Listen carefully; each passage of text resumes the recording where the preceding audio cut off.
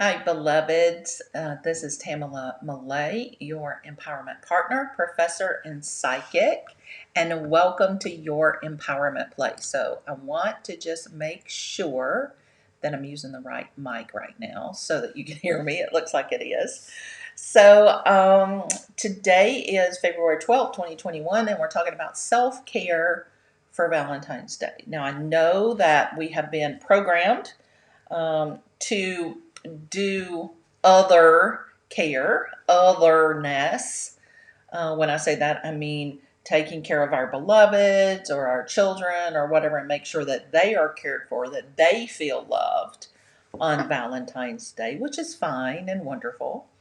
But it's time for us to really start paying attention to our own self care during Valentine's Day and every other day of the year, which is hard for a lot of people. And it's hard to give ourselves permission to take care of ourselves, to put ourselves first, because remember, we have to give from our overflow if we're in a healthy situation. If we're giving from our cup, which means we need to fill our personal cup up of self love, self empowerment, self worth, value, all of that stuff, we have to fill our cup up first so that it overflows. And then if we choose to give to other people, we give from our overflow, not from our cup. Our cup is already always ours. And it's the first thing that we focus on is filling ourselves up first. We're valuable, we're important, we're perfect the way we are, we're learning as we go. When we know better, we do better, and all that good stuff, right? Self forgiveness is also part of self care. Self truth is also part of self care. Dealing with our shadow and our distractions and our self sabotages is also self care. So, what we want to do today is we want to talk about and think about how are we maybe continuing to kind of have our focus out, focus on other people, when instead we could really do a better job of focusing on ourselves. For instance, in your relationships, in your intimate relationships, if you have one, in your friendships, in your career relationships, in your jobs, in your groups and communities, in any space where there is another person. Okay, just kind of evaluate. Now, wait a minute. Am I giving from my overflow in this situation, or am I giving from my cup? Am I ignoring inappropriate behavior? Am I distracting myself from what's true? Am I allowing this pattern of behavior that really is not supportive for me to continue? Um, and if so, why am I doing that? And I'll give you a couple personal examples. Okay. I'm in a relationship that is about 75% supportive and about 25% not. And the 25% is important stuff. It's stuff that makes me feel loved and appreciated and supported and part of a relationship. And it's been discussed. We've had conversations. We've gone into really explicit detail of how we can resolve this and so forth. And my partner's just not there. And so for 7 years, we've been having this conversation. And the truth is, because I am divine truth and self expression, the truth is, we're just not on the same wavelength, right? We are in two completely different places as far as how we feel a supportive, congruent, loving, partnered relationship shows up. Okay. And it doesn't make either one of us bad people. It just means that we are not aligned. Okay. And I've spent the last 7 years really ignoring that, really saying, okay, well, I'll take the 75%. I'm settling, right? Not to say that he also hasn't been settling, because he probably has. talking from my experience, settling for the 75% that I do get and pretending to myself that it's enough. It's not enough. It's never been enough. But I ignored, right, the 25% that wasn't supportive and settled. And we're in this place and time in 2021 where we're having to get really super, super clear on what it is that we want for the rest of our lives. I don't want to settle for the rest of my life. I don't think he should settle for the rest of his life. I want a relationship. If I'm going to be in a relationship, in a committed, monogamous relationship with someone, I want it to be 100%. If it's not going to be 100%, I don't need it. Okay, it's not a committed relationship. So that's what's supportive for me. Okay, because if someone is in my experience, there are reasons that they're in my experience, right? I'm providing to them, they're providing to me. There's an equal energy exchange that's happening. Okay, if that equal energy exchange is not happening and that energy is dying, either it dies when it leaves me because it's not received, or nothing is coming back, so it's dying in that direction, it's not supportive, right? So the idea of us really sitting down and examining our relationships and coming to, now of course we're in Mercury Retrograde right now, so nobody make any final decisions on anything until after the end of February. Mercury retrograde ends February 20th, but you want a week or so for everything to kind of get back up to speed before you make any decisions. But the idea is to really be in clarity and be integrity with what is working for you. And if you're in a situation like I've been in for the last 7 years, where I've just ignored the behavior until I couldn't stand it anymore, and then we have discussions and promises are made, and then no action is taken and it's ignored until it comes up again, right? These patterns, that's my pattern. Okay, it's not his pattern, it's my pattern. It's my pattern of speaking what I want, having conversations, coming into agreement, and then expecting everything to be okay, right? Expecting everything to be as it should be, expecting everything to be validated and completed per the agreement. And when I observe that things are not going the way that they're agreed to, I don't mention it, right? My thought is they're going to figure it out. Okay, they're grown people. They're going to figure out how to work this out, and if they need help, they can ask me. Okay, and sometimes I offer support and encouragement and all that stuff. But I'm not a harper, right? I don't nag. We make an agreement. I expect you to keep your end of the agreement, right? You're grown up. You made a choice. Now do it. And so the pattern that I've been perpetuating is ignoring the lack of change, right? And that is a historical change. I tend to stay in relationships and jobs and situations way longer than is supportive for me, way longer. Because I consider, oh, well, they're human and they got other things going on. And I see the potential in people and right? Excuses, all these reasons. When instead I should, if I'm looking out for myself, make a decision to see the truth in people. Okay, we have a discussion. There are choices that are made. There are decisions that are made, and plans of action. And if those plans of action aren't followed through, then there needs to be a consequence of that, whatever the consequence of that non-action is, right? That's the way the world works.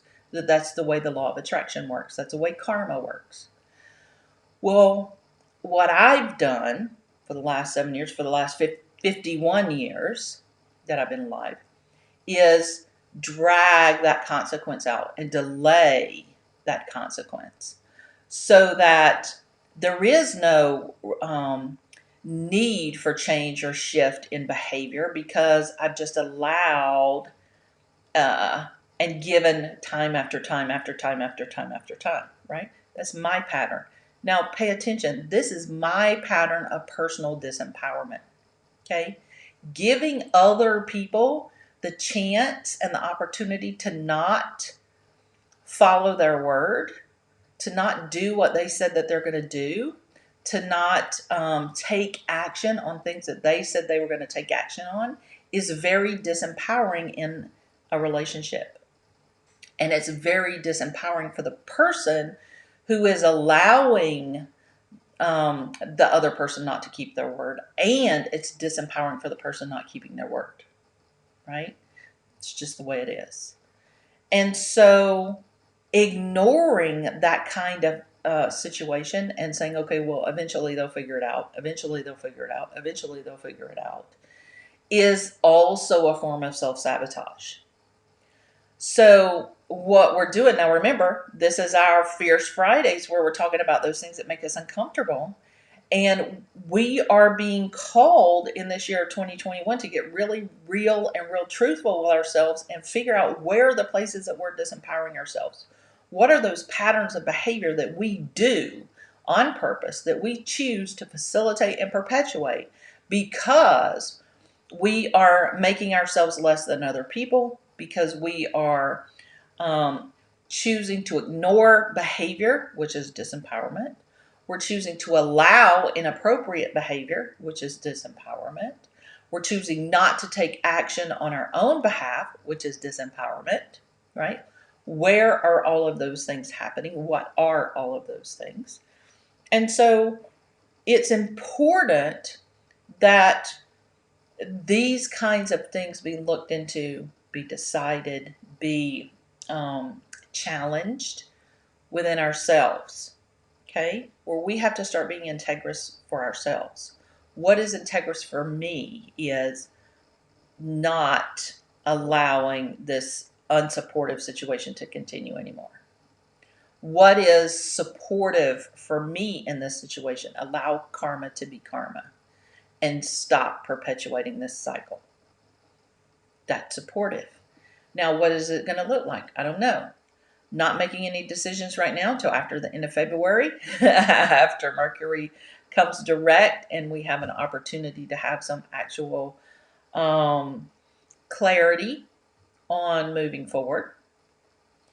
But knowing that the foundation is I'm not going to perpetuate this cycle anymore. I'm making a different choice. And come what may, I'm making the choice that's going to be most supportive for me, because this other choice that I've been making for the last 7 years to allow this thing to continue has not been supportive for me. It's been uncomfortable and disempowering and made me feel bad. And also, I allowed myself to perpetuate these patterns of disempowerment, of not requiring people to do their part, of not standing up for capital T divine truth. And so that's something I'm choosing to change in myself right now. That's the self-care I'm doing right now, is demanding that capital T divine truth be acknowledged and be enforced in the relationship. What's true is true. We can't talk about facts in politics or in mask or in any other aspect if we're not also going to enforce facts in our personal lives, in our conversations, in our relationships, in our actions, in our thoughts, in our emotions, right? Facts are facts all the time. So we also get into situations where we do these kinds of patterns, right? When we have patterns like this, patterns of ignoring other people's behavior, which is this pattern that I've been talking about that pertains to me. It shows up in multiple different ways. So it shows up in my personal, intimate relationship, but it also shows up in other relationships with other people because it is a pattern. That's what it does. And so, here's another example. I was in a group of channelers that was put together by a teacher that was teaching a class on how to channel. And I enjoyed the class, and we were in this group of people that were supposed to learn how to do it better, right? How to build a business around channeling. And I had already been in business for about 5 years at that time, I think. And I'd made a lot of mistakes, and I tried lots of products and tried websites and apps and all the different things. And I knew what worked and what didn't work. And on day one, the point of this group was so that we could start doing this as a business, right? Figure out how to do it. And so day one, the question was, actually before day one, we were told, bring in anything that you know that's worked for you and that hasn't worked for you. Okay. So I had a list because I had been actively going at it.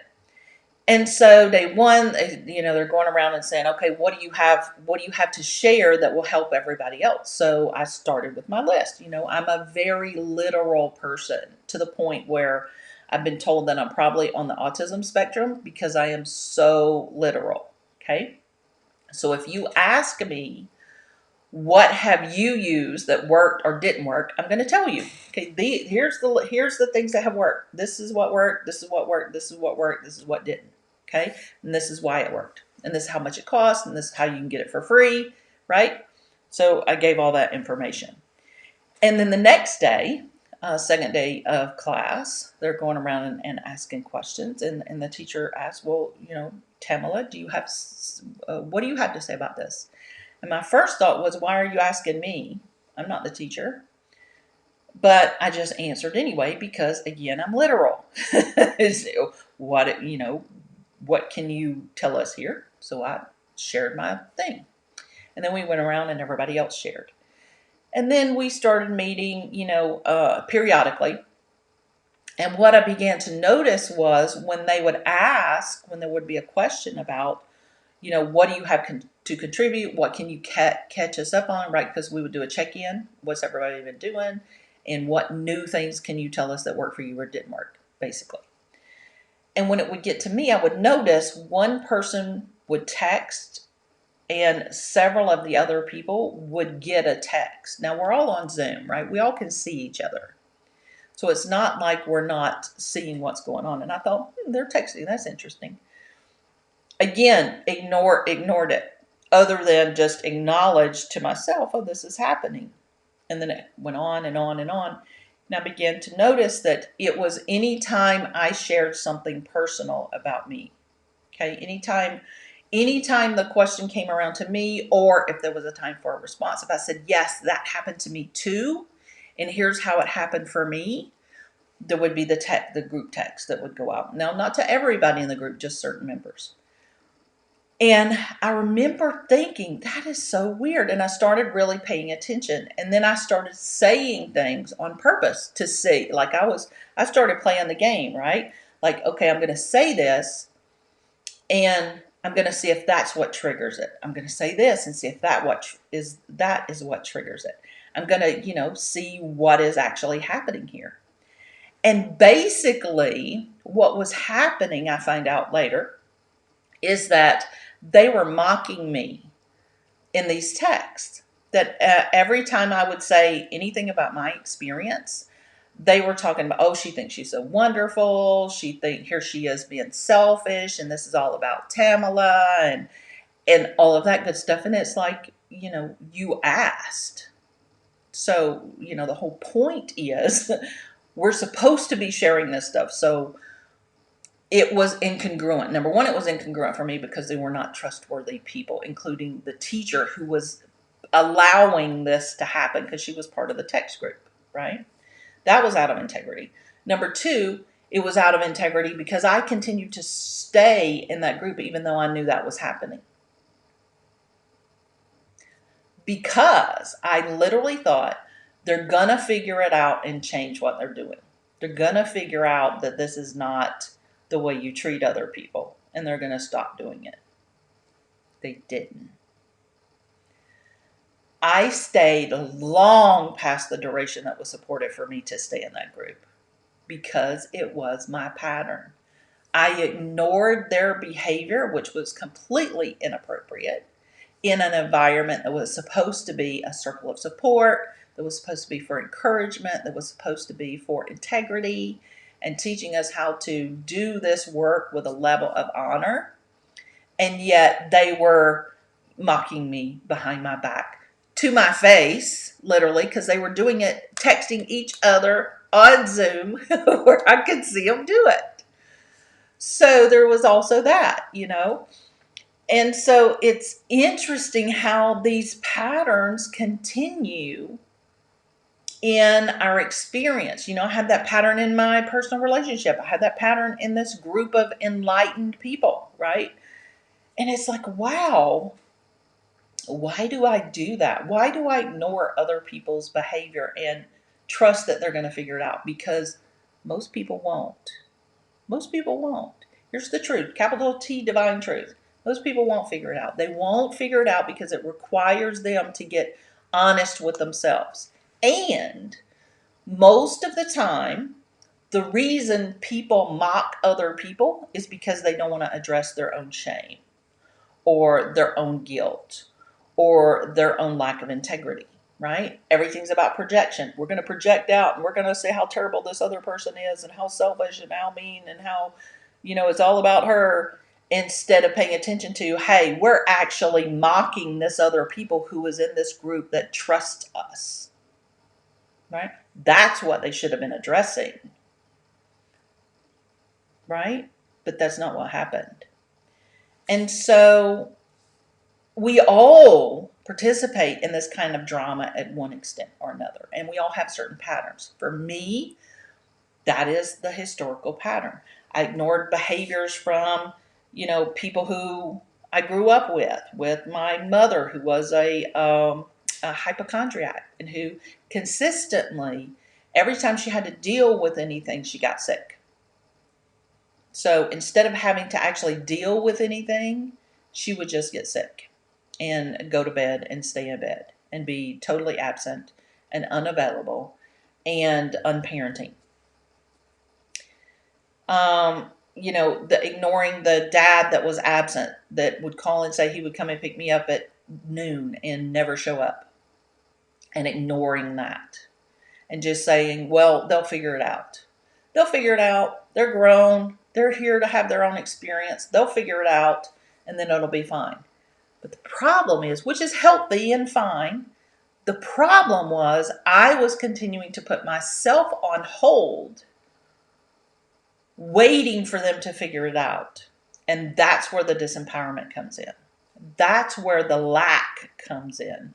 That's where the problem comes in, is because expecting other people to figure their stuff out and resolve it so that then we can come into a right relationship with one another is not how to function in relationship with other people, okay?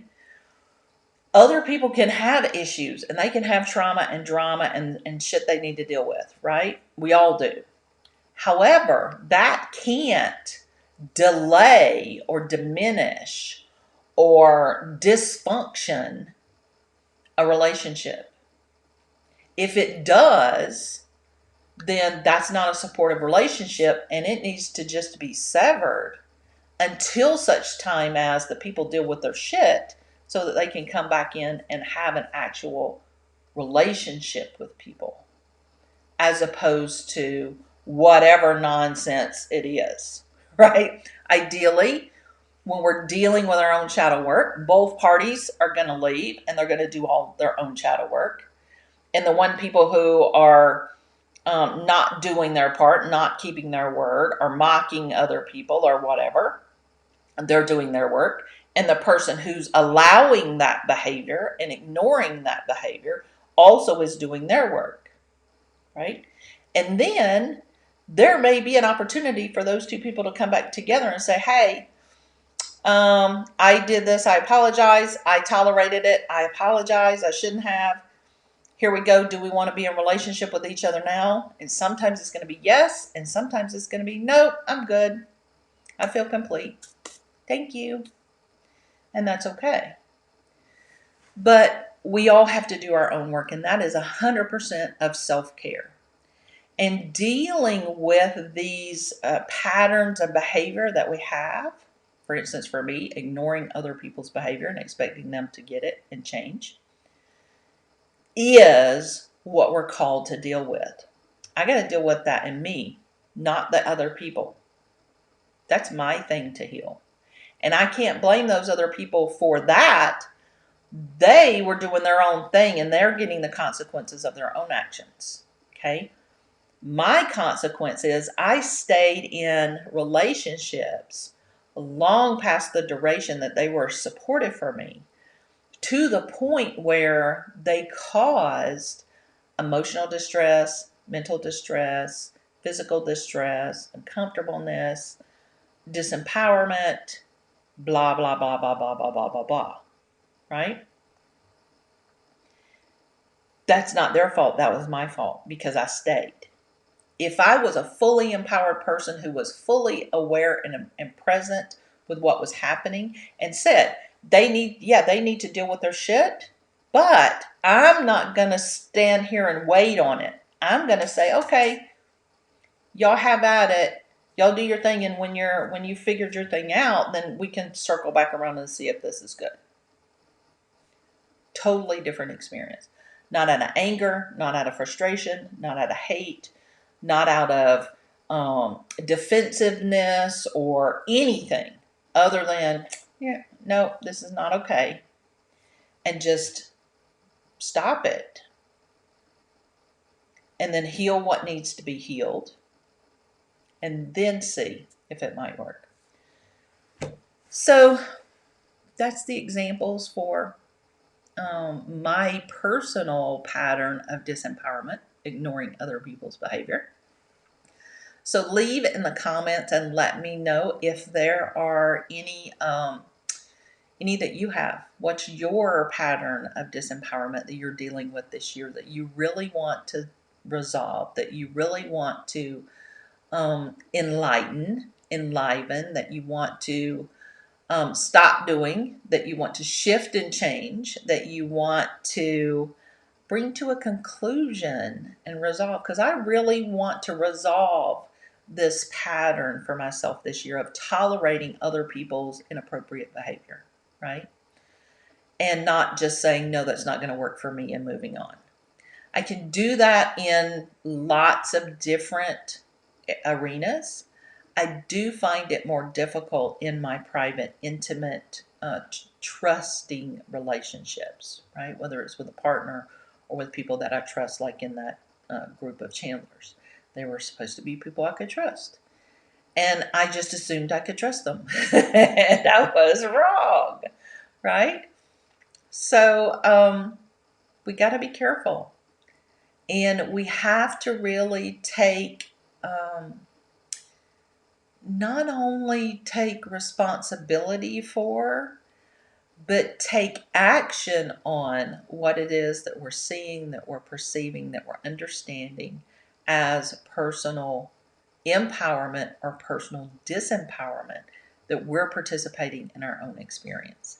So I hope this has given you something to consider and something to think about. I don't share all of this stuff to tell you, to just tell on myself all the time, though I am an open book. What I do is I share this to give you ideas and for you to understand that you're not alone. Even people that are working on this all the time, which I am, even people who channel spirits, even people who are enlightened, go through all of this stuff because we're also still human and we also still have stuff that we are dealing with here. So again, if you have something that you're dealing with, working on in 2021 that you want to clear and resolve for yourself so that you are giving yourself the best self-care possible, let me know in the comments so I can hold that for you as well, so that you can have encouragement and know that somebody else believes in you and that you can do it, because I do. I know I can do it. I know you can do it. And I know that we are here in this time, in this moment, to be and do and have everything that we came here to be and do and have. And all the resources are available to us to be and do and have it now.